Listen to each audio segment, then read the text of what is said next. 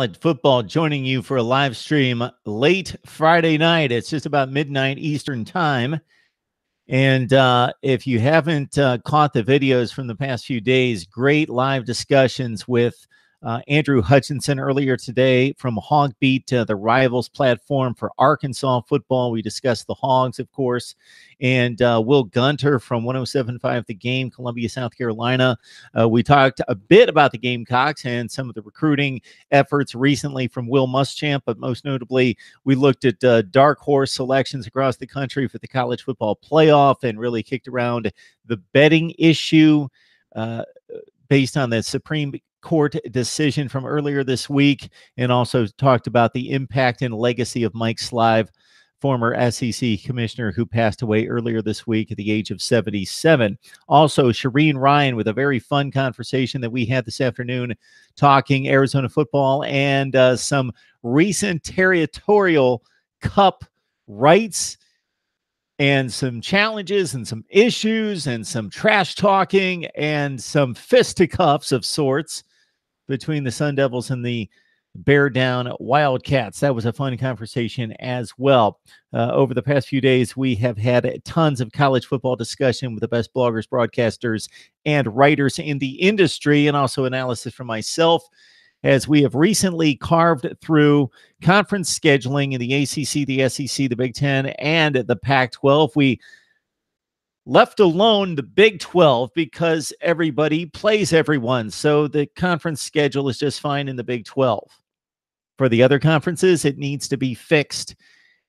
And we laid the hammer to the conference schedules for 2018 and shattered them to smithereens and let you know how it should be scheduled to provide equity, fairness, and balance to the schedule across the board. We're going to next attack non-conference scheduling. We've also looked at future schedules, which if you look at the title of this particular segment, you see that we're looking at the Pac-12 tonight.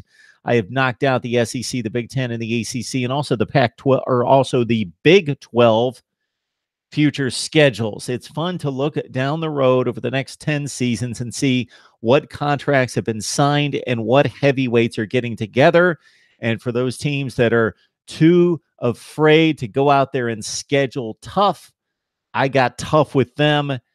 Brutal scheduling out of the likes of many of the programs that we have jumped on in the past, the likes of Iowa and Baylor and Kansas and others who continue to refuse to schedule anyone out of conference. So please check out those videos for the discussion. And of course, has been the case here on Mark Rogers TV, the voice of college football. In recent weeks, we have recorded everything live. So everything streams out live, excluding some of my personal analysis, but all the conversations that I have with bloggers, broadcasters, and writers, those go out live because I want to engage you, the viewer.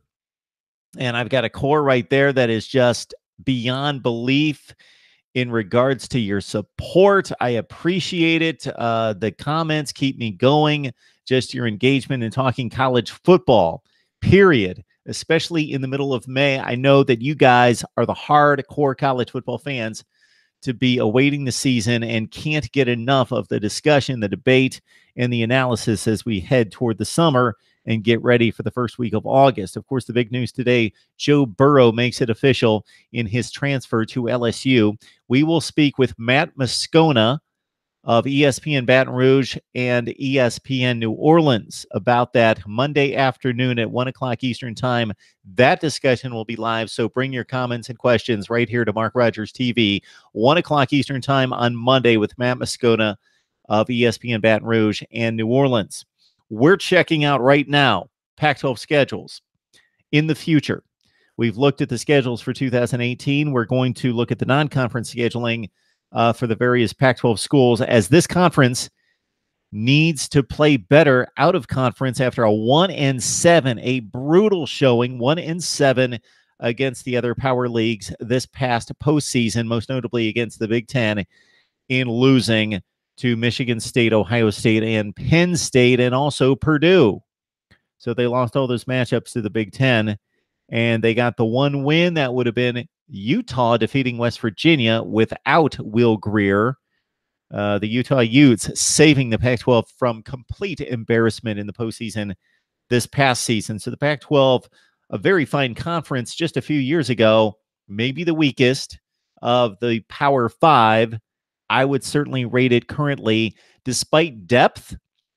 The credit goes to the Pac-12 for having decent depth, as they have forever. And also, outside of Oregon State, no real dog programs like Purdue was a couple years ago, like Illinois currently is, like Kansas currently is, the gold standard for the dog programs in Power 5 play. Syracuse to a lesser extent. And North Carolina had an awful season, but the program is in decent shape with Larry Fedora. But those are the truly bad programs in the Power 5, and Oregon State is right there. Looking to correct that with Jonathan Smith at the helm. All right, let's dive into Pac-12 future schedules. And if you'd like to discuss that, certainly I'll be monitoring the live chat as well. But if you've got anything concerning college football, I am monitoring and will answer those questions and comments. And if you got suggestions for content or contributors that you would like to see as guests here at Mark Rogers TV, leave those names as well. In addition, this is all I'm going to say, coming up soon, Rivalry Week on Mark Rogers TV. That's all I'm going to say. I'll leave the mystery out there. It shouldn't be too big of a mystery of what we're going to focus on during Rivalry Week, but just an idea that hit me today. Rivalry Week, Mark Rogers TV. All right.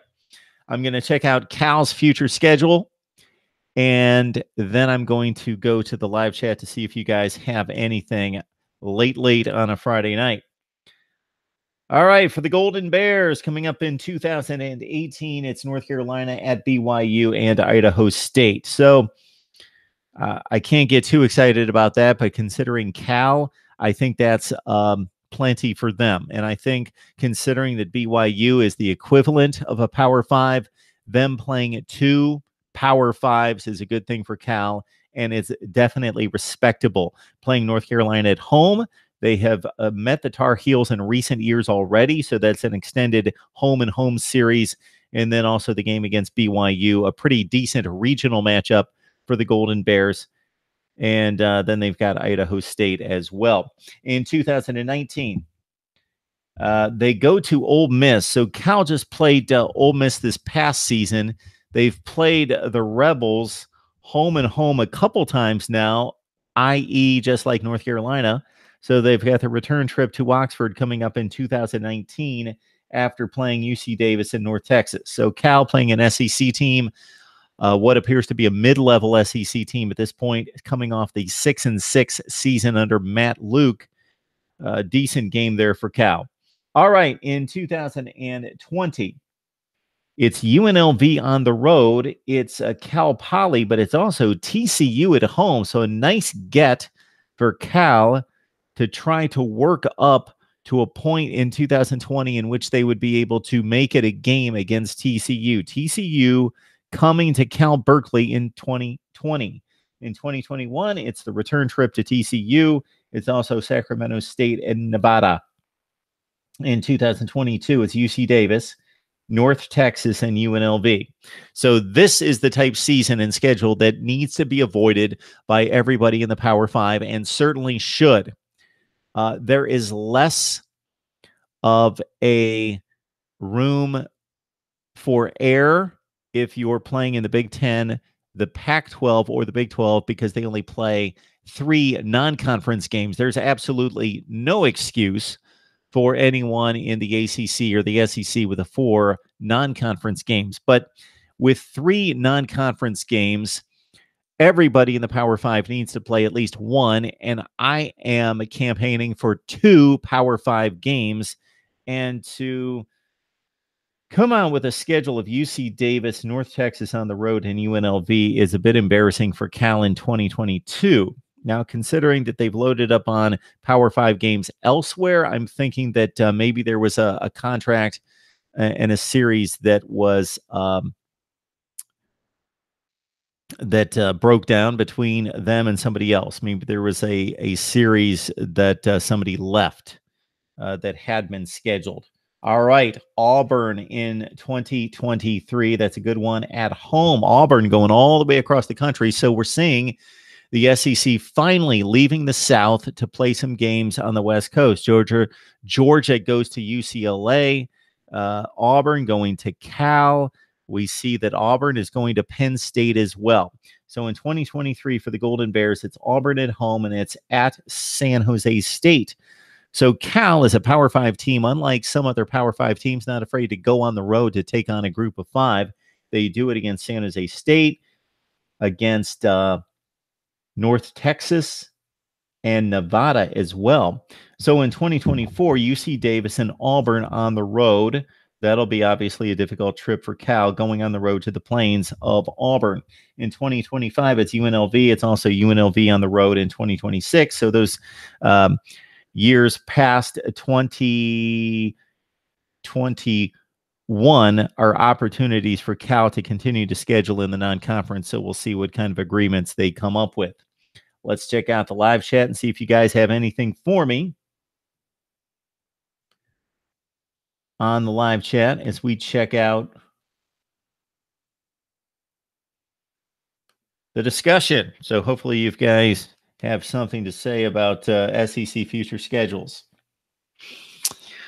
I'm a bit loopy possibly tonight. Pac-12 future schedules is what we're talking about. And yeah, there's a lot on here. You guys are going to town here. Ryan's on the line. Good to see you, Ryan. George as well. Go Gators. Big Poppy JT, what's up? What is up? All right, what else do we have? Go SEC, go Michigan, go. Don't understand why the USC Trojans can't recruit a bunch of 5-star kids from Florida. Go Dogs, go Wildcats, go Frogs. Don't know where you're going, Ryan. So you're going to have to fill me in. We're talking Dogs, meaning Georgia by the spelling. We're talking Kentucky Wildcats. We're talking Frogs as in TCU. That's all I can go with there. Ryan, I love the new live discussions. Had a hard time keeping up with the 33-minute videos every day. Yeah, that was difficult to do. It was also difficult to edit. So I'm going to lose views this way. You guys understand that when I had a 30-minute discussion with one of my guests and I would chop that down into 5 segments, for those people that just wanted to see, let's say, the quarterback battle discussion, that made it very nice for them.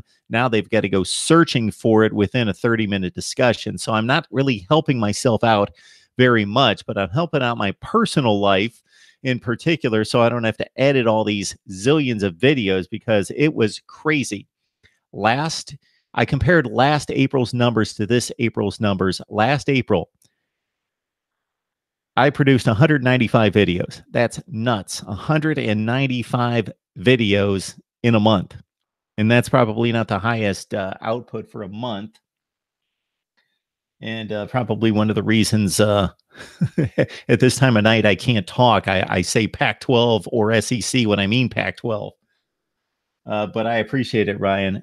Thanks so much. So the reason I'm doing this is to halt the editing and to focus on other things personally, but also in terms of the business and what I have planned for this setup. But more importantly, and mostly the reason that I'm doing it is to get you guys involved in the discussion. So instead of just seeing a video that's already posted and responding to the comments, and you guys know that I try to get to as many comments as possible, this way we can talk it up right live in the moment. And when you've got the guests on, you guys can respond to what they're saying and leave your comments and questions. So I like it too, Ryan. I'm glad that you do as well. Big Poppy JT, because kids like me don't want to go to USC and wait on the bench. Mark, you should offer to do the scheduling for the top 100 teams for $1 million a year and hire the necessary assistants to get that job done. I'm sure the NCAA would be down for that. I'm thinking that would be a cheap offer, that they would certainly jump at the chance for me for a mere 7 figures to figure out the scheduling for them. Just show them the videos. Don't need a resume. Don't need any type of other verification. Just show them the videos off of YouTube And I think that they would be completely sold, George. I agree with you. I need to jump on that quickly. Dennis, Mark Rogers, Miami coming to get that transfer. We will be talking Miami football. So I've got a large Miami contingent. We all know that. I would love to be able to replicate that with other fan bases. So I'm working on that. So I'm not going to let down my Miami viewers, but believe me, even if I start targeting Wisconsin and I'm only getting 25 views for video, per video, I'm not going to give up on the Badgers. If you follow the logic here, I'm trying to replicate the fan base for other major teams that just those fan bases haven't found me, like a lot of Miami fans, USC, Ohio State to a lesser degree. So I digress here. There was a reason I said all that. George can't wait for the Miami-Florida game. Yes, the Pac-12 is overrated. Overrated by whom? Who is out there, Big Poppy, that's saying the Pac-12 is good? I'm trying to process this comment. Is there anybody out there saying that the Pac-12 is good? I don't know who those people are. I talked to even Pac-12 people. The guests from the Pac-12 that I have on even know that the conference is down. So you can say that the Pac-12 is down. I don't know that you can say it's overrated. Overrated by Larry Scott, possibly. I think he would be the entire list of people overrating the Pac-12. The Pac-12 isn't overrated. Don't try to take those people's lies away from them. Pretend it's a real football league. I used to call the Pac-12 the best flag football league in America when I would get into conversations, and this was more like 20 years ago when there was certainly, when the Pac-12 looked more like the Big 12 did 5 years ago, when it was an embarrassment to watch defensive play in the Pac-12 where guys were shying away from tackles, didn't want to stick their nose in there. The blown coverages didn't even force a quarterback to make decent throws or wide receivers running free in the secondary like every other play. It was embarrassing by a lot of teams in the Pac-12. So my comment to Pac-12 fans was always, you've got a great league. It's got to be the best flag football league in America. Oregon State is awful. Yes, Ryan. Scheduling should be done every year in the off season with you as the czar of scheduling. George, you have missed your calling, man. What you need to do, and what we could do is I could sign up for you as my PR guy now and pay later. If you can deliver on the promises, then I will certainly be good for the payment. I don't know that I can pay it up front, though. All right. George loves Oregon State. They beat USC's ass when USC was #1 and let Florida win the national title that year. Yes, they did. That was in 08. One of those tremendous Pete Carroll teams that should have most likely won the national championship really beat up on Penn State in the Rose Bowl. Big Poppy JT, how did Oregon State fall off so bad? That's a discussion for another day. We did have Gary Anderson on twice when he was the head coach at Oregon State. That's another thing that you guys probably missed in not watching me a few years ago, is that I have had on about 12 or 13 FBS head coaches, but it's just so time consuming to try to track those guys down and play phone tag and email tag with the sports information directors. I would love to get coaches on here, but it really takes away from what I do on a daily basis, but would like to get back at that and bring on some recruits. Are you guys big on having recruits come on to the show? Let me know if you are. That was something I hit really hard a year ago, going into the 2017 signing period. I brought on a ton of top 300 ESPN 300 guys for interviews. Go Gators. Ain't did dilly poop I can't. Yeah. Okay, Dennis. All right. What do we got here? Anything else? A lot of Florida talk. Florida, Miami going back and forth. Dennis and George. 2 Gator commits Tuesday. You guys are going back and forth about Miami and the Florida Gators, trying to get a scholarship so I can play football for Vandy or UCLA. All right. Good stuff, boys. All right. Let's get back to the future schedules. We knocked out Cal. I was pretty impressed with the Golden Bears, aside from 1 or 2 years where they didn't play a Power Five, but love the home and home with Auburn. For them to go out there and do that is really nice. They've got the series clincher with Ole Miss after they've already played the Rebels last season, and of course North Carolina finishing up that series as well. And the TCU home and home's a nice one for Cal. Let's look at Oregon. Okay, we're talking about a program that has probably fallen like no other in the Power Five in the past 3 years, playing in a national championship in 2014, of course, and then just 2 years later, they're a 5-17. Rebounded to a certain extent to get to the Las Vegas Bowl, losing to Boise State this past year. Let's see what the Ducks have.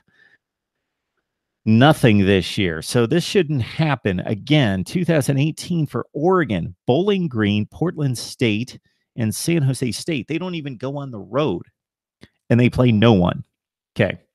2019, we've got a rematch almost 10 years later of the Auburn-Oregon National Championship game, this time not in Phoenix, but in Arlington, Texas at Jerry's World. So I'll look forward to that one. Auburn, Oregon, 2019, also Nevada and Montana. In 2021, it's North Dakota State, Ohio State, and Hawaii. So rematch of the championship game from 14, also a rematch of the 2010 Rose Bowl, Buckeyes winning both of those games. 2021 at Ohio State at the Shoe, sandwiched by Fresno State and Stony Brook. So you schedule Auburn, Ohio State, somebody like that, you get the free pass on the other two games to a certain extent, even though I would love to see the two Power Five games. And I promise I will pull together the video in which I will unveil my non-conference scheduling. All right. 2022, we got Eastern Washington and BYU. 2023, so something needs to give there. We need to fill in the gap. The slot needs to come with somebody respectable. In 2022 for Oregon, they've got Eastern Washington and BYU. Now, most likely, they're going to go after a group of five type team to fill out that schedule, but they should schedule a Power Five and not just say BYU's our Power Five, even though they generally are. Would like to see another good game for Oregon in 2022. In 2023, they go to Texas Tech. So that's the series, the home and home there. Oregon, Texas Tech, that's decent. 2023-24. And in 23, they also have Portland State and Hawaii. They also have a home and home that they've scheduled with Baylor. So you've got the dueling lime greens, neon greens going at it, Baylor and Oregon, 2027 and 28.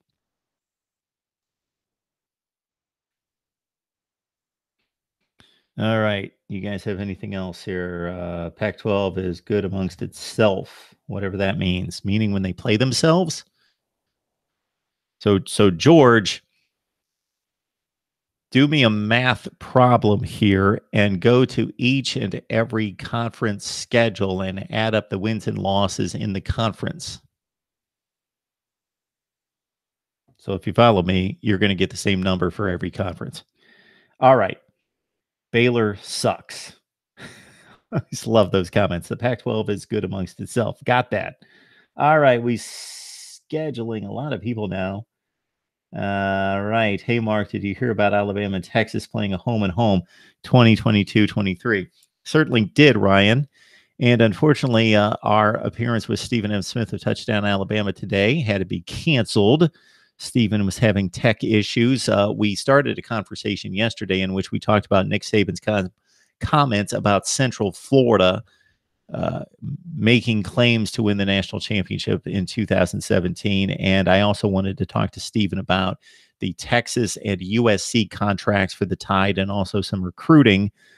We didn't get to it last night. We scheduled 6 o'clock Eastern today, but had some technical issues. But we wanted to talk Alabama and Texas. Obviously, if they played today, Alabama would be a 17 or 20 point favorite, and rightfully so. Texas would put up maybe some semblance of a fight, but hopefully Tom Herman will have that program in place 4 years from now if he's still the coach, to be able to take on Alabama and have it truly be an Alabama-Texas type meeting that we saw at the national championship with Colt McCoy leaving the field, of course, early in the game in favor of Garrett Gilbert, who had a few flashes and scared the Tide in the fourth quarter before Alabama put it away. Bama got a recruit today. UCF was robbed. They should have destroyed Alabama. Mark Richt got a real chance to win a natty now in the hotbed at Miami. If Alabama's so good, why do they produce so many busts? Well, we're talking about two different things here, Big Poppy. We're talking about production at the collegiate level versus production at the National Football League. So you've got some schools historically like North Carolina, Purdue.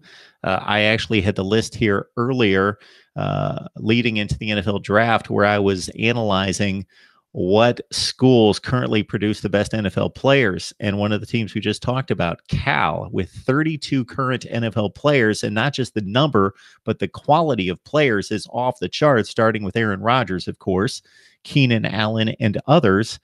But they don't do anything at that level. They're not winning at the collegiate level, but they produce good pros. The Alabama has had some disappointments, but they're still churning out good players and certainly volumes of players to the next level. But I don't think Nick Saban's too concerned about that. He wants to win while they're in Tuscaloosa. If you guys can hang on 2 seconds, I will be back in like 10 seconds. Talk amongst yourselves.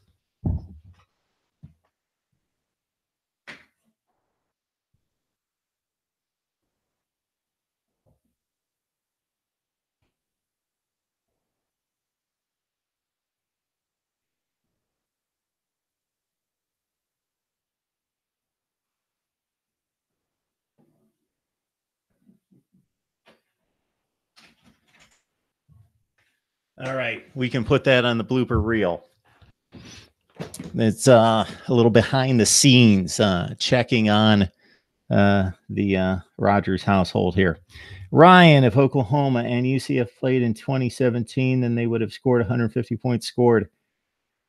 Something in that range, most likely, just like the UCF South Florida game was very entertaining the two times that they met last season, especially in the championship game. That was really good stuff.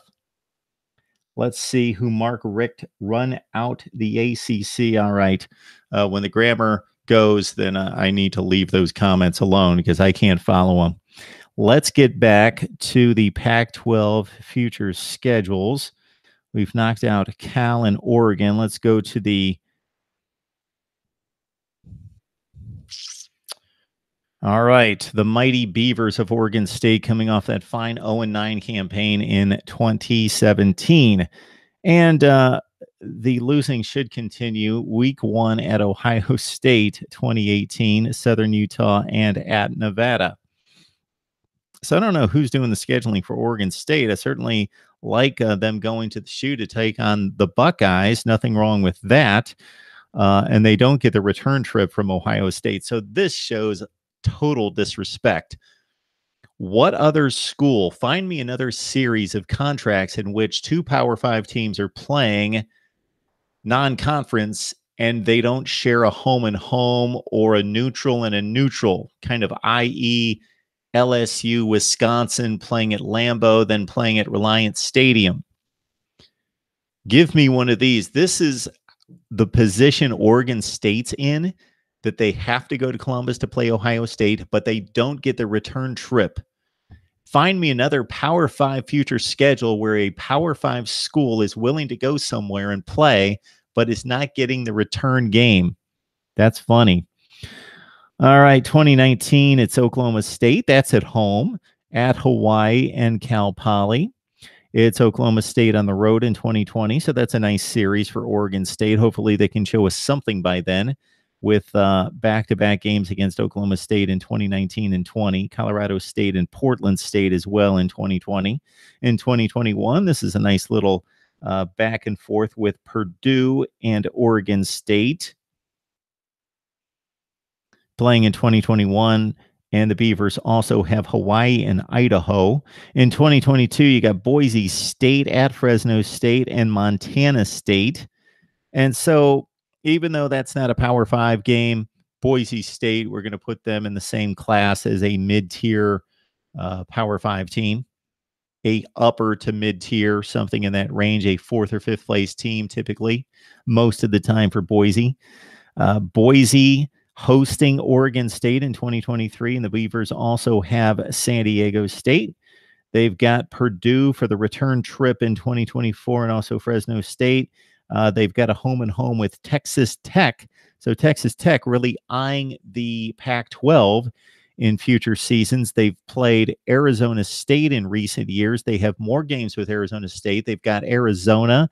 They also have Oregon and Oregon State. So again, it's the Beavers and the Red Raiders in 2025 and 26, and also Oregon State goes to San Jose State twice. And that's also a San Diego State game in 2026. So enough on Oregon State. The big trips are to Ohio State, Oklahoma State, Purdue, and Boise State, with return trips from all those teams except for the Buckeyes. Not surprisingly, not going to go to Corvallis and play a Power 5 team. All right, let's go to Stanford. This should be interesting. Stanford, who have they played in recent years? They played Kansas State a couple of years ago. Of course, typically the series with Notre Dame goes back and forth every other year, South Bend and Palo Alto. And so that's been the big non-conference game for Stanford in particular. And again, they did play Kansas State on a Friday night to open the 2016 season. And yes, they've got Kansas State, I believe, coming up soon as the return trip to Manhattan. So for this season, 2018, Stanford has revenge on its mind, taking on San Diego State. They lost to the Aztecs last year. They've got them at home this year. They've got UC Davis, and they go to Notre Dame after defeating the Fighting Irish at home this past season. In 2019, here's another team that Stanford has played recently.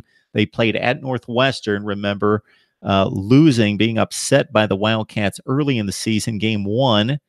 That was like 2016, 2015.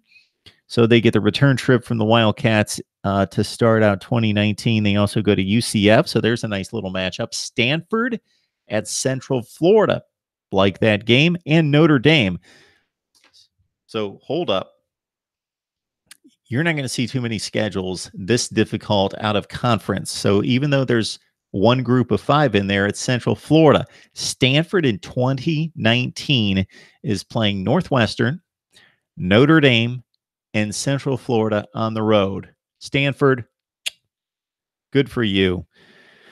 2020, they've got William and Mary and Notre Dame on the road in BYU. In 2021, they finally make that return trip to Kansas State.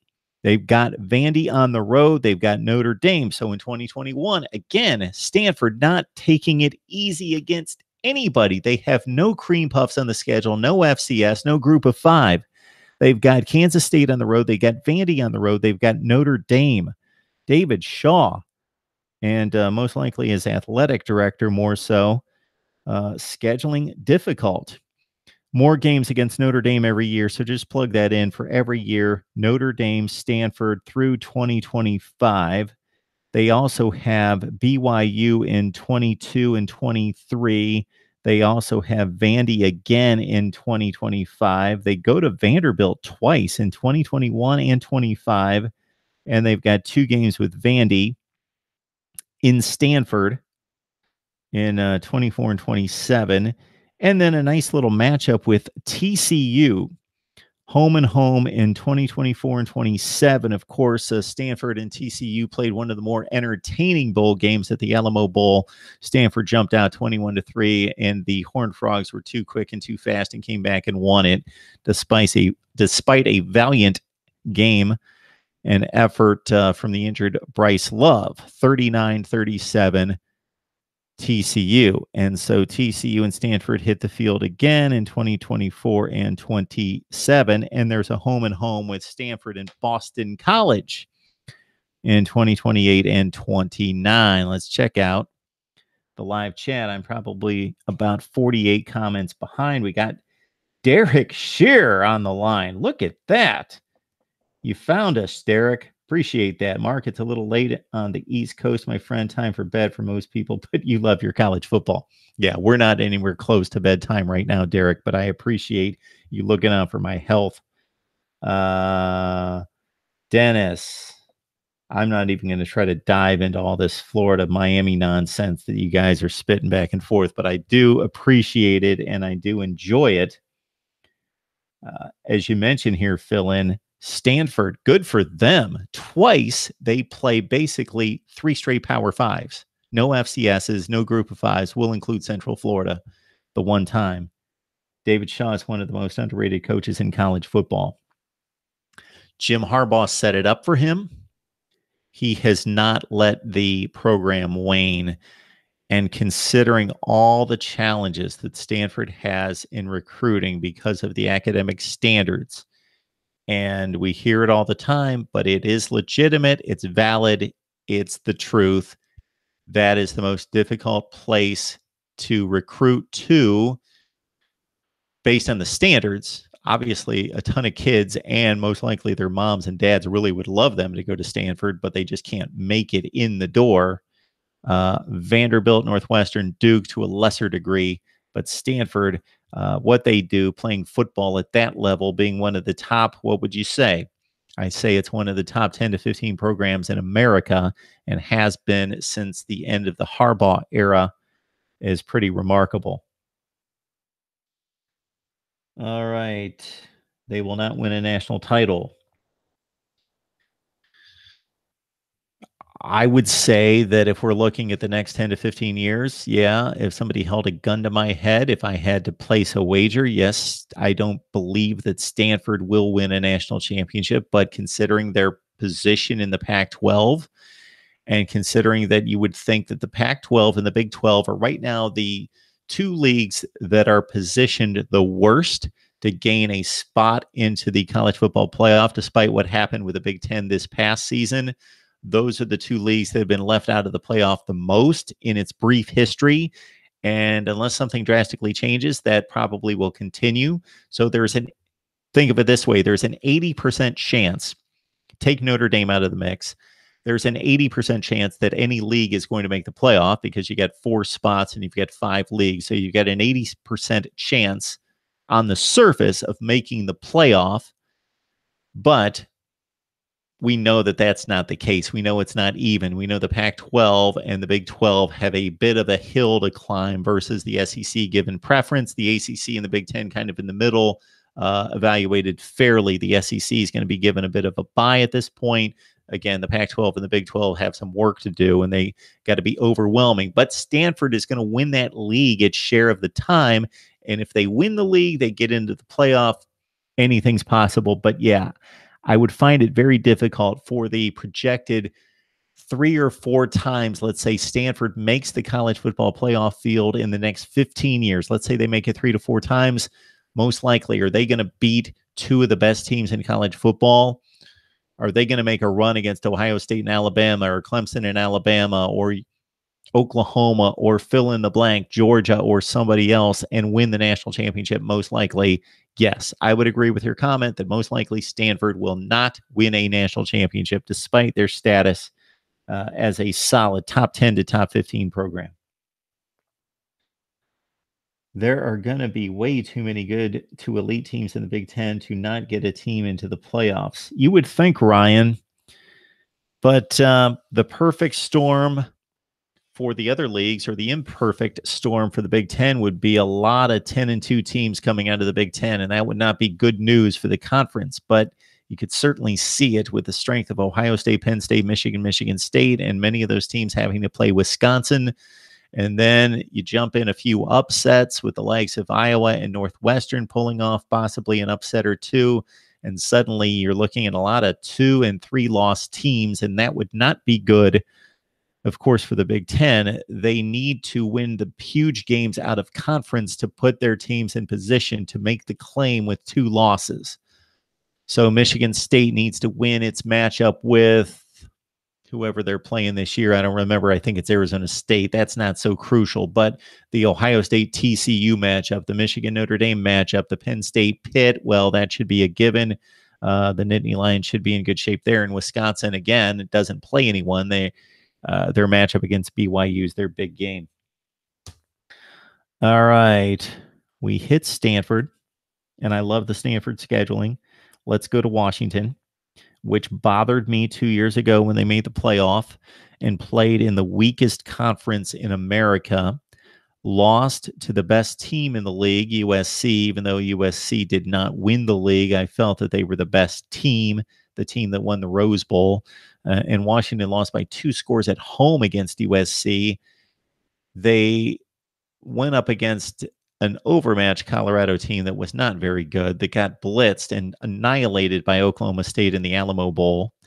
And so their non-conference biggie that year was Rutgers, and Washington somehow made it into the playoff. Yes, I know that they had the record and they had the conference championship, so it was difficult to leave them out of the playoff, and I would have put them in the playoff just because I believe in track record and resume rather than who's are the 4 best teams, who do we think they are. But Washington showed that they didn't belong that year.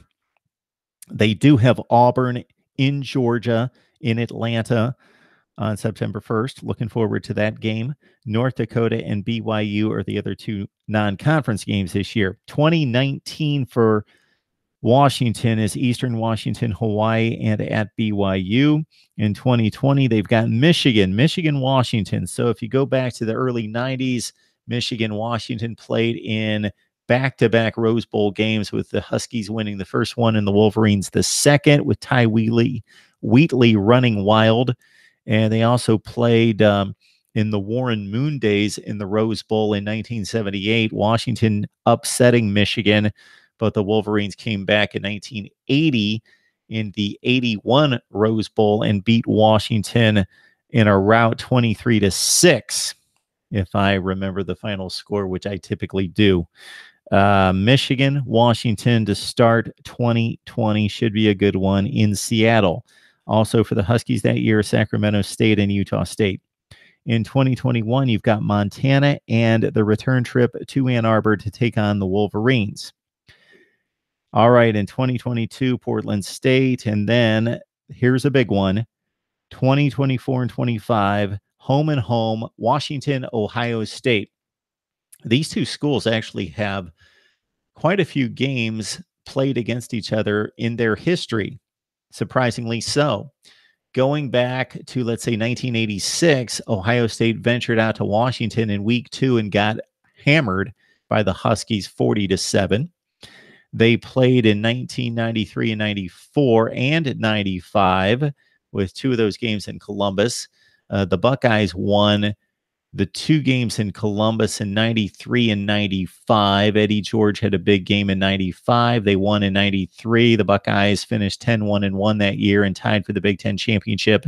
The middle game in 1994, Ohio State went out to Seattle and lost early in the season 25-16. And then they got back together as the first game for the Buckeyes after winning the national championship in 2002. The opener of 2003, Washington at Ohio State. Buckeyes won that game fairly comfortably.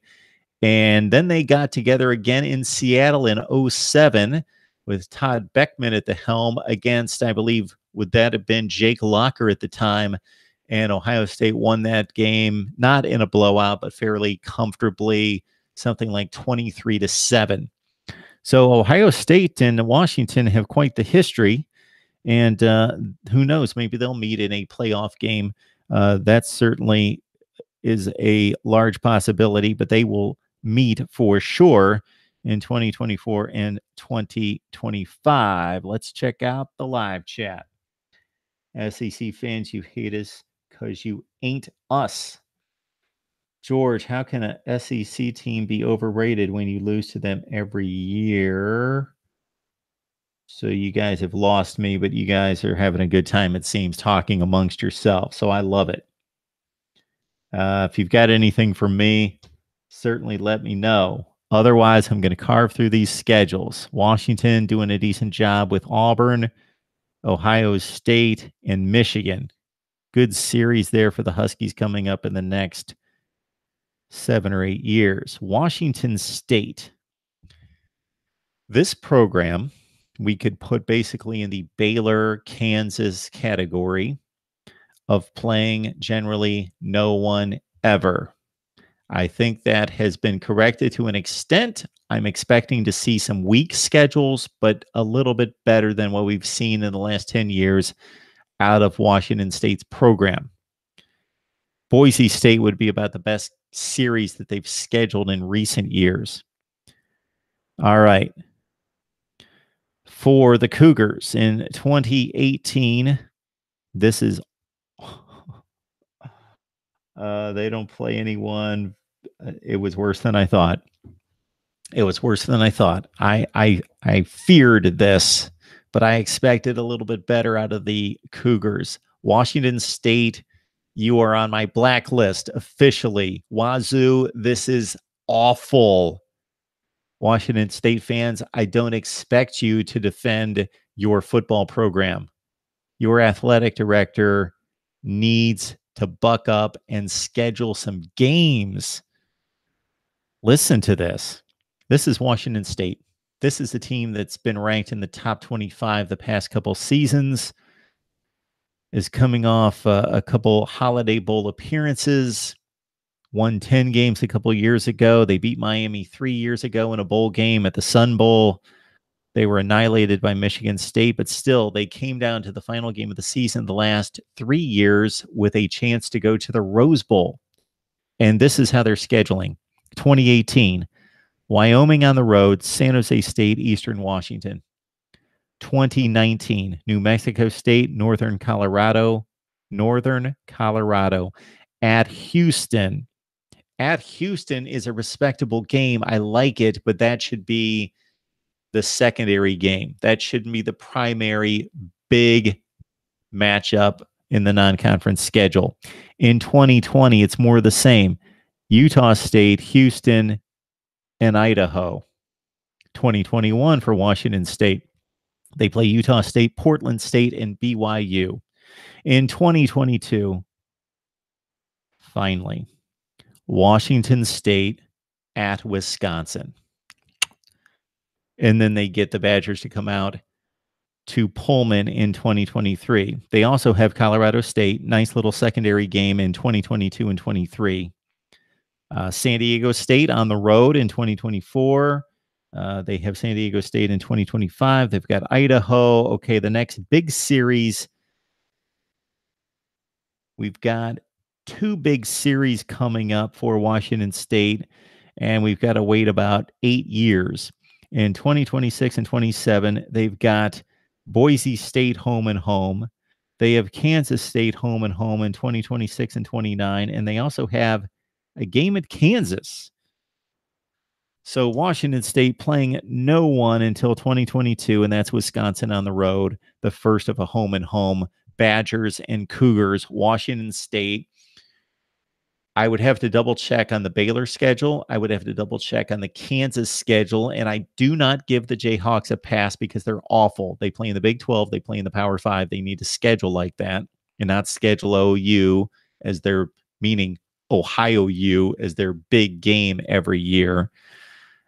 So Washington State has probably ascended to the top of my scheduling blacklist. Washington State. I got to tweet this out. The teams that should be embarrassed of their non-conference scheduling over the next 10 years. Washington State, boom, right there. And then the teams that should be proud. I need to start making a list. I'm going to go back. I'm going to make a list. I'm going to tweet this out, or maybe I'll just do a separate video talking about best non-conference scheduling, worst non-conference scheduling. Wazoo, awful. They're on the blacklist. The dreaded Mark Rogers TV scheduling blacklist. All right, what are you guys talking about here? Big Poppy JT going at it. If it wasn't for Dre Archer, I wouldn't even know who Kent State is. All right, Big Poppy JT. I believe you're a young guy from some of the comments that you've made. Kent State Jack Lambert, one of the greatest linebackers in the history of the NFL. Pittsburgh Steelers 4-time Super Bowl champion, one of the great, great hitters of all time at the linebacking position. Jack Lambert, look him up. Lou Holtz, Notre Dame, Arkansas, North Carolina State, South Carolina, William and Mary. Lou Holtz, national championship coach at Notre Dame, Kent State. Nick Saban, if you heard of him, Kent State. Josh Cribbs, all-time record holder as a punt and kickoff returner with the Cleveland Browns, Kent State. How about I'm not coming up with the guy that just retired with the New England Patriots that was with the Pittsburgh Steelers forever, had a touchdown in the Steelers Super Bowl win against the Cardinals. James Harrison. Yes, James Harrison, Kent State. How about Antonio Gates, who will soon be inducted into the Pro Football Hall of Fame? Big Poppy, am I helping you out at all here? Nick Saban, Lou Holtz, Jack Lambert, Antonio Gates, Josh Cribbs, Kent State, James Harrison. There you go.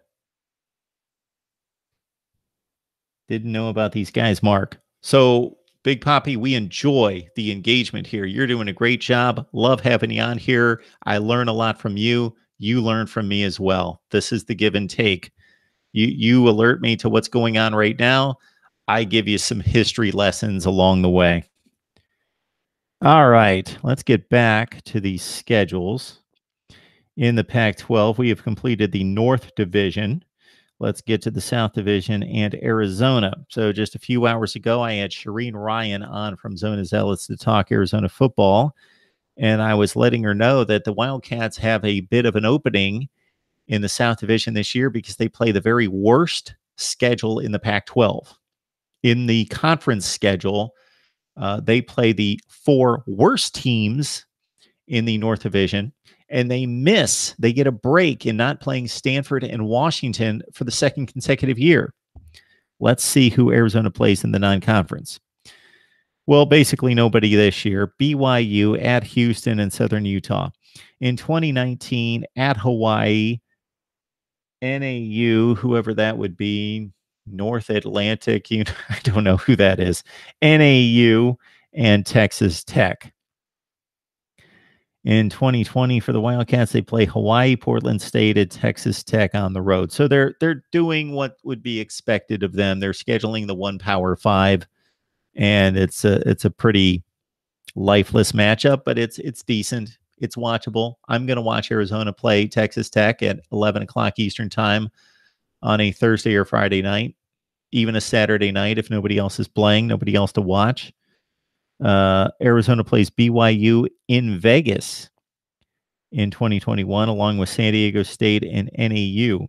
2022, it's San Diego State on the road, Mississippi State. So here's a nice little home and home with Arizona taking on Mississippi State 2022 and 23.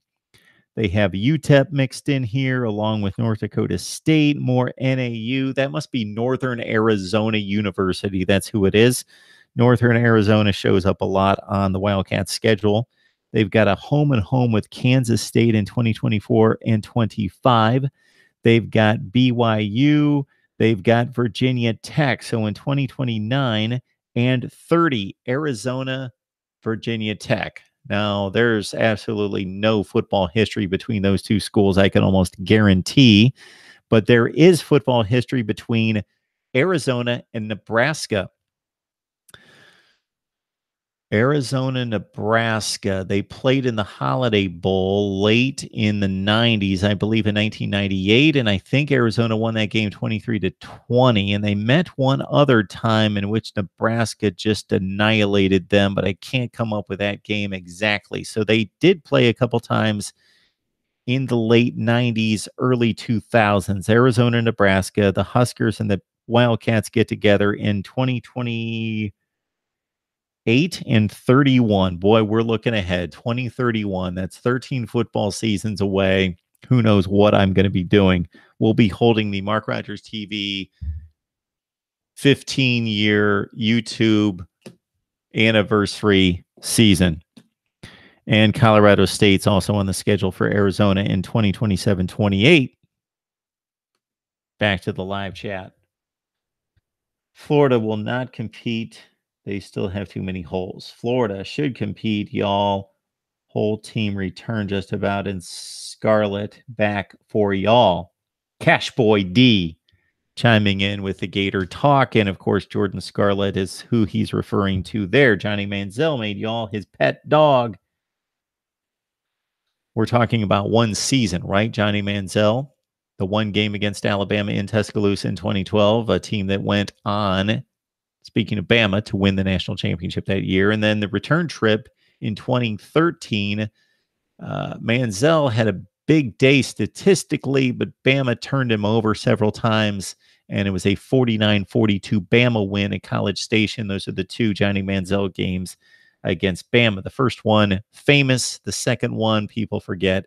Alabama got a measure of revenge the next year, and really, the Johnny Manziel win in Tuscaloosa, when all was said and done, did not hurt Bama. They still went to the national championship game and won. Thank you, Go Babe, with the Northern Arizona reference there. To clarify there, I did finally figure it out.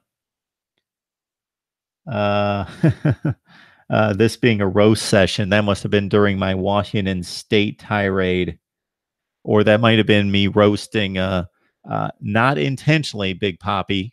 Understand that I was just trying to clarify the fine football history at Kent State University. And there may actually be somebody here in the conversation that graduated from Kent State. You never know. And Crosby, Stills, and Nash, they have some ties to Kent State. Let's not go through the history lesson now. All right. Finishing up the Pac-12 South, we talked Arizona. We got to go to Arizona State next. And if you enjoy some rivalry trash talking, you'll want to stay tuned in the next few weeks for Mark Rogers TV Rivalry Week. You may also want to check out my conversation with Shireen Ryan of Zona Zealots, as she talked about all kinds of recent mayhem between Arizona State and Arizona fans. All sort of rights issues and territorial issues concerning billboards and T-shirts and nightclubs, and quite the mess. All right, all in good fun, most of it. Now we're looking at, Arizona State. So they've got Michigan State on the schedule the next 2 years. They've got them at home this season in 2018, as they also take on Texas San Antonio and San Diego State. If you look at San Diego State's, I'm going to have to check out the Aztecs non-conference schedules, because this is reminding me of Kent State going through the SEC futures and the Big Ten futures and seeing Kent State all over the place. Kent State is playing Georgia, Alabama, Auburn, LSU, Florida, all these teams, and they're playing a number of teams, of course, being from Ohio in the Big Ten as well. They are loaded up. I bet Kent State's non-conference schedule looks a whole lot better than Washington State's. And I would say the same for San Diego State, because we know that they've got a lot of Stanford and Washington and Oregon, and they are also on the Sun Devil schedule as well this season at San Diego State. And then in 2019, Arizona State takes on Kent State, Sacramento State, and Michigan State. So there's another Kent State game against a good team, Arizona State, in 2019. 2020, you've got the Sun Devils taking on Northern Arizona, UNLV on the road, and BYU. In 2021, they've got Louisiana Lafayette, UNLV, and BYU on the road. Okay, I got to call out that schedule as well as the 2020 schedule. Until I see more out of BYU, let's not put them quite in the favorable Power 5 category. So I would like to see Arizona State do better than Northern Arizona, UNLV, and BYU. And then the next season taking on Louisiana Lafayette, UNLV, and BYU again. All right. Finally, a good matchup for Arizona State and possibly Herm Edwards. Do we think Herm Edwards is going to be around in 2022 to coach this football team as they take on Oklahoma State and, I guess, Mike Gundy? Mike Gundy in Arizona and Oklahoma State in 2022 and 23. That's the big game for Arizona State. They also take on, in those two seasons, Northern Arizona, Eastern Michigan, Southern Utah, and Fresno State. Let's see. The next big matchup for Arizona State would be home and homes with Mississippi State. So Mississippi State finding value for some reason in going out to Arizona and playing the Sun Devils and the Wildcats 4 times in the mid-2020s. So the home and home here is Arizona State, Mississippi State. Arizona State also taking on Wyoming, Texas State, and Northern Arizona those 2 seasons. And then we've got a nice little matchup, home and home, Arizona State, LSU, 2026 and 29. And the other matchups there, Arizona State going after San Diego State for some more fun with the Aztecs there in 2027 and 28. So they play San Diego State. I guess it's just 3 times in the next 10 years. But Arizona State's big matchups coming up. Michigan State the next 2 years. BYU a bunch of times. Oklahoma State 2022-23. Mississippi State in 24 and 25. And LSU in 26 and 29. Back to the live chat. What are you guys kicking around now? Oh, it's time to talk some N'Kosi Perry. It was only a matter of time before we would get to Miami and especially the quarterback position. George, hey, Ryan, if you don't do it, won't hurt my feelings. Boy, again, I can't even try to weed through this and see what we're talking about at this point. All right, but if you need more history lessons on Kent State football, I'm here for you. All right, let's get back to the Pac-12 schedules. And where are we? Colorado. Can't imagine that they've scheduled anyone. Here's another program that typically plays no one, unless we want to go back to the Cordell Stewart days in playing Miami and Michigan in particular. All right, and that's when they were in the Big 12. I do think they've got Nebraska coming up. Yes, there it is.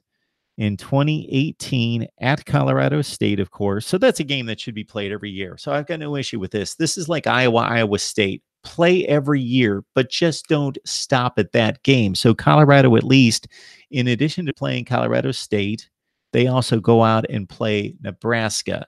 And I know Colorado State's a group of 5, so it doesn't quite apply to the Iowa State situation. But Iowa and Iowa State fans, you have to be bored to tears in reviewing your team's schedule year to year because you know that the only big game that you're playing out of conference is going to be Iowa or Iowa State, and then you don't play anybody else because those 2 schools refuse to schedule anybody else. Iowa did schedule Pitt a couple years ago, home and home. But besides that, it's been nobody. Back to the Buffs with Colorado State in Denver this year, at Nebraska and New Hampshire. Then they've got Nebraska at home in 2019. They've got Colorado State again. They've got Air Force on the schedule. That's nice scheduling from Colorado. So they've got the rivalry game against Colorado State. They've got the old rivalry game against a current Big Ten team in Nebraska. And they've got Air Force, a quality group of 5 team in their own backyard. So that's going to create interest in the Denver area. In 2020, you got Colorado State, Fresno State, and Texas A&M. So there's a nice series there. So Colorado pulling through for me a little bit better than I anticipated, with a date at Texas A&M in 2020, and then taking on, this is nice, in 2021, they've got Texas A&M and Minnesota. So Minnesota at that point should be back to their 8-win self. We can only project. So in 2021, the Buffs have Texas A&M, Minnesota, and UMass. In 2022, they've got they start a series with a TCU, home and home. They've also got Air Force and Minnesota. So here we go. We've got a good schedule here. 2022, the Colorado Buffaloes play TCU, Air Force, and Minnesota. 2 of those games on the road. That's a nice non-conference schedule. TCU, Air Force, Minnesota. The next year, they still have to schedule their 3rd non-conference game, but listen to the first 2. Colorado's going to TCU and Nebraska. I have unfairly prejudged Colorado's scheduling without even looking at the future schedules. I knew that they had Nebraska coming up. I just assumed because they have not played anyone of note recently that, except for Michigan, they did go to Michigan a couple of years ago, that I just assumed Colorado was going to play no one. But playing TCU and Minnesota the same year, playing Texas A&M and Minnesota the same year, playing TCU and Nebraska the same year. All right, they've got more games with Nebraska. They've got Northwestern in 2027 and Kansas State. So in 2027, the Buffs play Kansas State and Northwestern. In 2025 and 26, they've got a home and home with Georgia Tech. So can somebody out there name me what is significant about Colorado and Georgia Tech? What is the connection? I'll leave it out there for a few minutes and see if anybody can come up with the obvious connection. If you know your college football history going back 25 to 30 years, Georgia Tech and Colorado connection. And then, so they've got Northwestern in 2026 and 27. They also have Kansas State again there in 2028. So Colorado, again, nice job. It's Nebraska 4 times, Texas A&M home and home, Minnesota home and home, TCU home and home, Georgia Tech home and home, Northwestern, and Kansas State home and home. Very well done. I'm going to check out one other schedule, then check out the live chat. And if you listen to the UCLA conversations I have on a regular basis with the likes of Tony Siracusa from Last Word on College Football, also Mike Regalado from Gojo Bruin, and Danielle Alvari, who's only been on the show once, but we're scheduled to have Danielle on again Wednesday night. You know that for some reason I'm fascinated with UCLA's program. I just think that this program, based on location and resources and name recognition, should be so much better than they are. We will see what Chip Kelly has in store. UCLA this year takes on Cincinnati, Oklahoma on the road, and Fresno State. Okay? Oklahoma again in 2019, along with San Diego State and Cincinnati on the road. So if Cincinnati gets back under Luke Fickell to what they typically are, which is a really, really, really good group of 5 program, that's a tough schedule potentially in 2019 for Chip Kelly. At Cincinnati, that's like going to Memphis, potentially, if Cincinnati gets its act together. That's like them going to Memphis this past year. They also have San Diego State, always tough, and Oklahoma. In 2020, UCLA needs to sign some contracts. They need to make some partners out there because they only have 1 game in 2020. That's at San Diego State. So here's more San Diego State. They're playing Arizona and Oregon and Washington State and Stanford and UCLA. In 2021, the Bruins take on LSU and Fresno State. They've got Michigan coming up in 2022 and 23, along with, of course, San Diego State on the road, Coastal Carolina in there, South Alabama, Bowling Green. The return trip at LSU in 2024, along with UNLV and Fresno State. Georgia, that's a nice series for UCLA in 2025 and 26. So the SEC, I have bashed the SEC forever for not traveling. outside of the South and mostly playing at non-conference neutral games. Finally, we're getting the SEC. Auburn going to Cal, Auburn going to Penn State, Georgia going to the West Coast to take on UCLA at the Rose Bowl. We've got LSU going to the Rose Bowl to take on UCLA. And of course, Texas A&M just did it and got Kevin Sumlin eventually fired, possibly because of the one additional loss in blowing the 34-point lead against the UCLA Bruins in Game 1 last year. Also for UCLA, there is more San Diego State, and they've got a home-and-home with Wisconsin. Wisconsin, UCLA. That's a cool series, 20, 29, and 30. Of course, those two teams played in the 90s twice in the Rose Bowl in 94 and in 99, with the Badgers winning both games. And they also won a Sun Bowl against UCLA. So the Bruins have some revenge and some makeup against the Badgers based on recent history there. Getting back to the live chat, what do we got? 1990, Miami embarrassed Texas in the Cotton Bowl. Yes, I believe that score was 46-3. I remember scores for some reason. Mark Richt got a turnover chain now. Bama playing Louisville this year. Lamar ran. He knew what's up.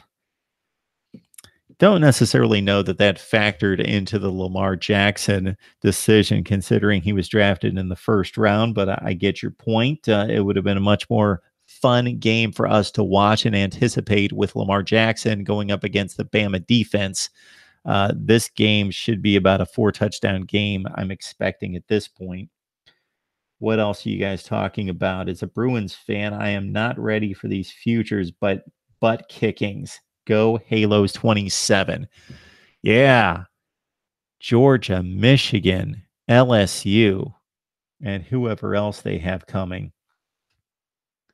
Wisconsin snatched that chain. Pitt did too. Okay, the national title was split between the Colorado Buffs and the Georgia Tech Yellow Jackets. So fill in, be honest. Did you look it up? Did you Google Georgia Tech and Colorado football? Or did you know that in 1990, Georgia Tech went undefeated?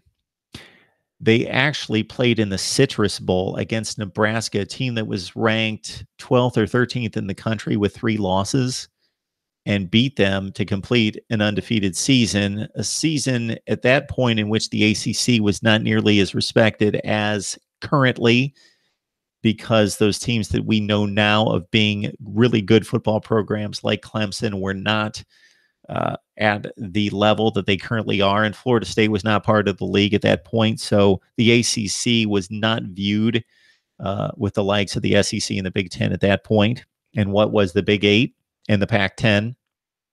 But yes, Georgia Tech with Sean Moore at quarterback ran the table, beat Nebraska in the Citrus Bowl, split the national championship with Colorado, a team that infamously won or lost one game, tied a game, and then had the 5th down win against Missouri. So they actually lost 2 games and tied a game, should not have been placed in the position to win a national championship, in which they did against Notre Dame, a famous game in which Rocket Ismail returned a punt late in the game for an apparent touchdown for Notre Dame that most likely would have won the game for the Irish, but it was called back due to a clip, a questionable call. Notre Dame most likely again would have won the game, and Colorado, in a sense, if you count the 5th down play and the clip, may have lost 3 games with a tie and won the national championship. It's probably the weakest national championship in the history of college football, in addition to the 1984 BYU Cougars.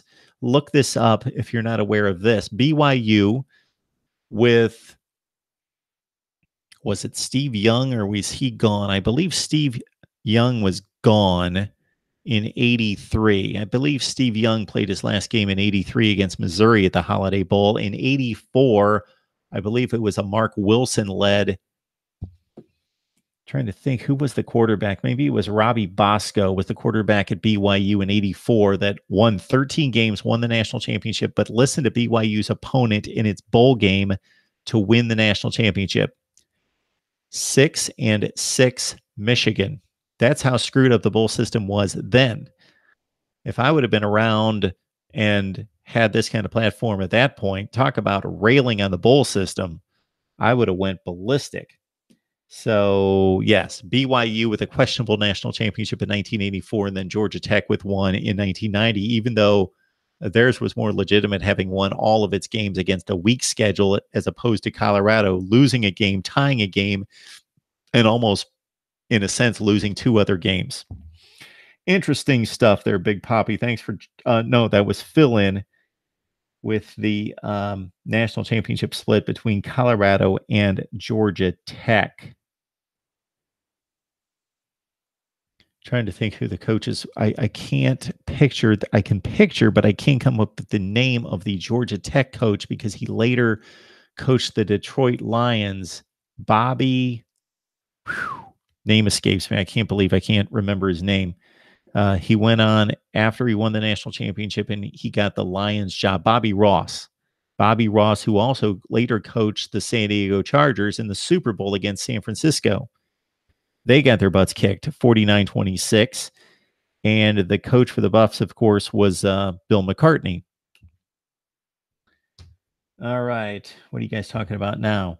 George says, hey, Mark, why don't you sell advertising on your T-shirt and put somebody's logo on the pocket while you're drinking it, iced tea or a Coke? Again, George, you're just way ahead of the game thinking of this stuff. I need to put you on staff. Clemson was obviously given up free pass on it being investigated. Cash Boy D, you guys are just going to it. Yeah. Dennis Wilson coming in with Bobby Ross. He's the reason Barry Sanders retired. Yes, he was the Detroit Lions head coach in 1997. Michigan, heart of somebody started going to a school like Clemson. You got to be kidding me. Mark, you heard about the incoming freshman from Botswana with 3.940 speed. He was going to go to UCLA, but he ain't have the test scores. Didn't hear about that. We'll have to do a special video on the guy with 3.940 speed. Amazing. Have yet to come across that note. All right, let's finish up with USC and Utah. So USC, probably the team that has the most popularity and attention here at Mark Rogers TV, and that's probably nationwide as well. This is the marquee flagship program for the Pac-12. And they've got two very difficult games, as we have talked about many times here at Mark Rogers TV, 2018 at Texas and Notre Dame. Of course, those are the two teams that they played this past season, getting by the Longhorns in double overtime. And Notre Dame blew out the Trojans 49-14 in South Bend. USC also plays UNLV to warm things up on September 1st. September 2019, Fresno State, BYU, and Notre Dame. The BYU and Notre Dame games are on the road for USC. In 2020, they've got Alabama. So that game was just scheduled very recently in the last week. Alabama and USC get together in Arlington, Texas. This is an interesting situation. In addition to two marquee brands getting together, two complete powerhouses, the very tip top of the elite of college football all time getting together. But considering this being just 4 years removed from the last time that the same two teams got together at a neutral site in the very same stadium, a week before Sam Darnold finally got some action with Max Brown at quarterback and USC losing to Jalen Hurts in Alabama 1,000,000-0. What was it? 52-6. I expected a blowout, but nothing close to that. USC just could not compete. It would have been nice to have seen the two teams get on the same field months later. I still believe Alabama was the superior football team. That's in 2016. That was the team that lost the national championship game to Clemson, as opposed to the USC team that beat Penn State in a very entertaining Rose Bowl game. But I think 3 months later, with Sam Darnold in the lineup and playing well and USC maturing as a team, maybe that's an Alabama 42-31 win. It's an entertaining game, but Bama decidedly the tougher team, the more balanced and the deeper team. So again, they get together in 2020 at Arlington Stadium, Cowboys Stadium, and also in 2020, USC's got New Mexico and Notre Dame. So they've got Notre Dame every year. And really the only other significance to the future schedules for USC is a lot of BYU for some reason in 2021 and 2023. I thought there was more than that. I guess just 2 games against BYU. And they also have Fresno State coming up a number of times, as USC is want to play Fresno State 2019, 2022, and 25 against the Bulldogs. And of course, Notre Dame is scheduled through 2023. Back to the chat. Are you ever going to interview that gal Steely from USC again? Fill in. The young lady's name is Keely. Keely Yor. It is an unusual name, so I'll set you straight on that one. Keely. And yes, I've contacted her and Ryan Abraham with USCfootball.com. They're great at what they do. They're extremely busy. If you check out their YouTube channel for USC football coverage, you'll see that she's doing reports like every day. So it's been difficult to track them down and find a time to get together with Keely and with Ryan, but we will continue to attempt to do so. They're great about getting back to me, but they're always just flooded with so much to do. They also had a big court case recently with, I can't think of the USC player who was on trial, former USC player, but they've been reporting on that as well, and that's really tied them down. Big Poppy JT, Mark Rogers, will UCF be the next Boise State? Well, there has been a coaching transition at UCF. There were several coaching transitions during the Boise State run that started with Houston Nutt really establishing that program as a program on the rise. And they were able to build the program to a degree in which it didn't matter that they lost head coaches, because they always replaced them with the next guy that was able to take the reins. And that's going to be key for UCF. And it starts here with Josh Heupel. We know that his football acumen is good enough to scheme and to coach players individually and within units. We don't know if he's a CEO yet. So there's the difference there. We know Josh Heupel knows the game. He knows how to teach it and instruct it. He knows how to set up the X's and O's. We just don't know if he knows how to run a football program and be the guy in dealing with all the things that you have to deal with and being the figurehead of sorts. And I don't say that in a negative connotation, but being the face of the program rather than just a coordinator who gets to go off and just coach football and watch film and scheme.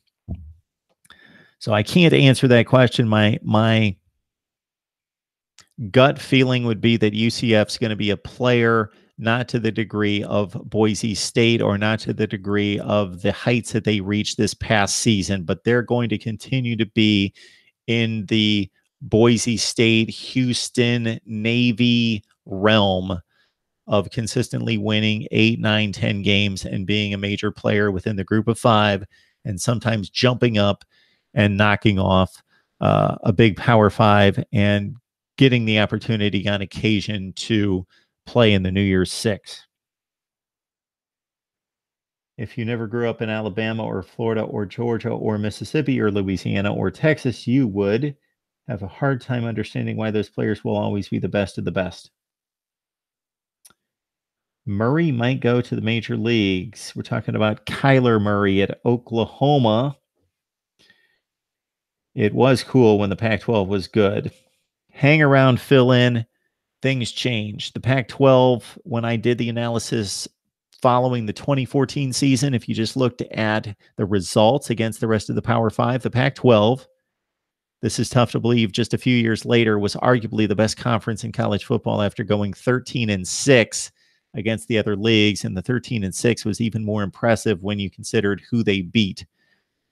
But it's not been good ever since for the Pac-12. On the other hand, the Big 12 is clearly not the best of the Power Five, but they've gained so much respect and credibility playing well the past season and a half. It started in postseason after the 2016 season, in which they went 4-2 after a disastrous run during the regular season, in which Oklahoma lost to Ohio State and Houston, and the other teams didn't look good against their non-conference opponents, but they rallied in the postseason, did the Big 12, and then had a nice season in 2017. And suddenly people somewhat respect the Big 12. I don't know how long that's going to last, considering if you look at the NFL draft statistics for the Big 12, it's deplorable.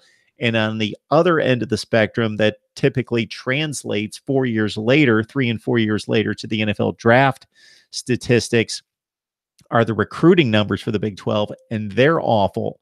So I don't know if I think the Big 12 has just capitalized with some good coaching and with this Oklahoma team coming together with the best talent in the league for these couple years. Texas is going to be a factor, but top to bottom, I don't see the Big 12 playing as well over the next few years as it did this past season and at the conclusion of 2016, because the numbers just show it that it's not recruiting on the same level as the other leagues, especially the Big Ten, the ACC, and the SEC. And that's also reflected 3 and 4 years later at the NFL draft.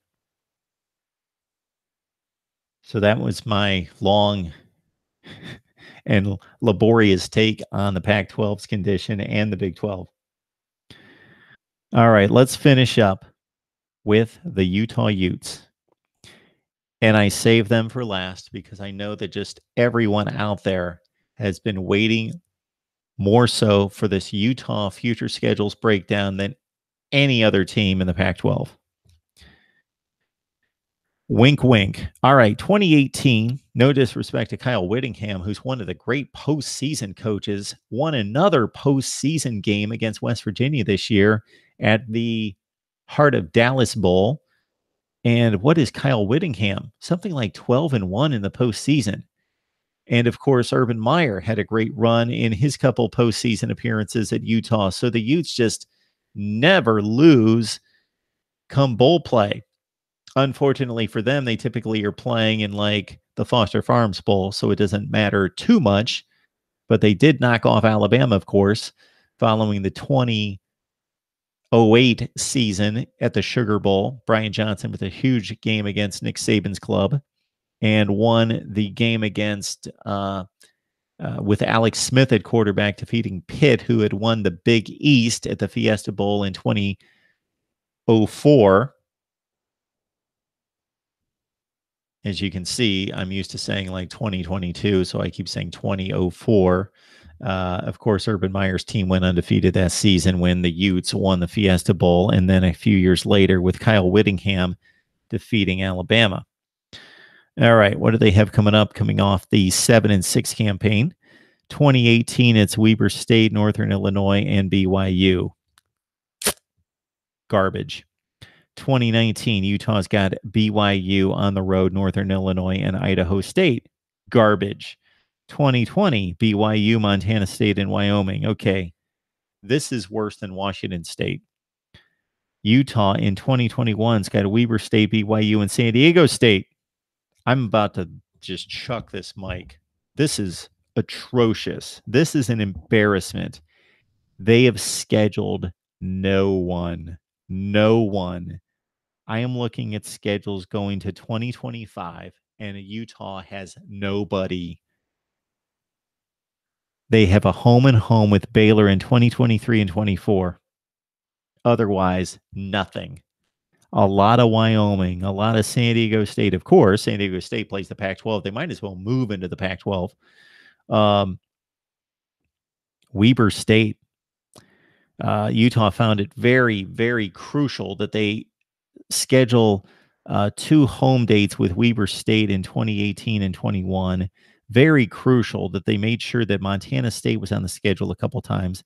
They needed Wyoming to be on the schedule a couple times, especially that date that they're playing in Laramie in 2020. BYU's all over this schedule. 2018, 19, 20, and 21 and 22. They're playing BYU the next 5 years. That's okay. I know that that's the holy war. It's a huge game, especially there. I got my education on it from afar to a certain extent, but also in dealing with the fine folks at SB Nation for the Utah site. I believe it's called the Block U. And the guy Shane, who used to come on here and educate me on the holy war, BYU, Utah. But Utah schedule somebody else. This is the worst. This is worse than Washington State because at least the Cougars down the road are going to be playing Wisconsin home and home.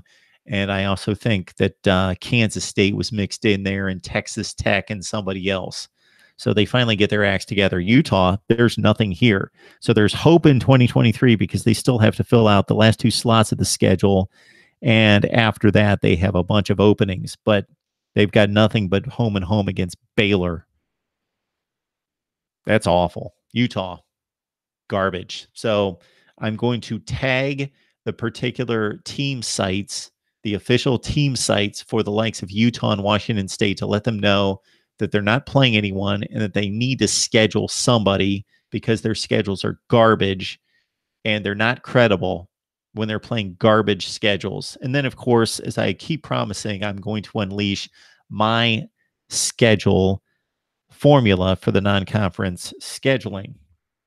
All right, one more look at the chat, then I'm going to let you guys go to sleep for the night.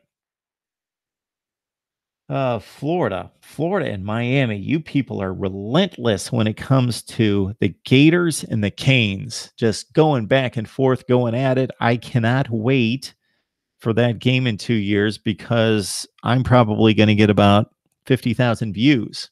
Shouldn't these videos get more views than they do? We'll have to work on that.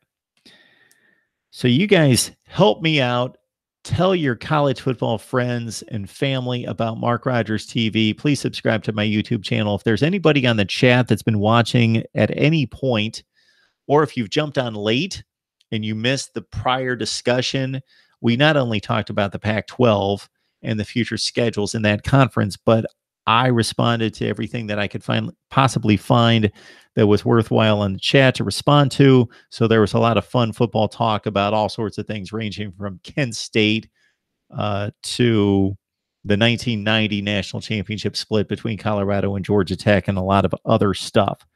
So I appreciate you guys jumping on. You guys are hardcore college football fans, and that's what we love. And again, please subscribe to my YouTube channel if you have yet to do so. And if you love the audio, which apparently you don't because you like the live chat, but if anybody out there watching loves the audio and that's the best way to consume this, then you go to Google Play, iTunes, Podbean, and Stitcher and just search Mark Rogers TV. Thank you so much for the support. Give me your suggestions of what you'd like to hear and see in terms of content at Mark Rogers TV. We've got a rivalry week coming. I will explain that in the future.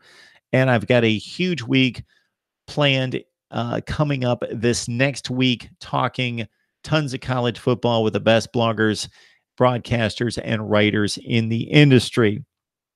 Thanks so much. You guys have a great time. George, thank you so much. Your comments are hilarious and they ring true some of the time. And I don't say that in a bad way because they're always hilarious, but sometimes they really hit home. And a lot of the things that you say, boy, I wish I could take off on. I would love to be the czar of scheduling and the College Football Playoff Committee. Give me that job tomorrow and I would run with it. Fill in, Ryan, whoever I'm missing, Big Poppy JT, Dennis, all you guys, anybody I'm missing. Some of you guys have probably jumped on for the first time, and I appreciate you jumping on board and would love to be able to call you out by name in the future. So make yourself known and let me know that you're there. And you guys make all this work with the engagement and the comments and suggestions, because this is a dialogue. When I say the voice of college football, I mean, yes, I've got a voice, and I'm speaking about myself, the voice of college football, but it's you as well. Your voice is crucial in making this the best college football YouTube channel that there is. And of course, we've got the voice of the best contributors around as well. So we appreciate it. I may be back tomorrow, maybe not. Going to spend a lot of time with my daughter on Saturday, but I will definitely be back with more chats on Sunday and then throughout next week as well. You guys have a great weekend, and we will see you next time.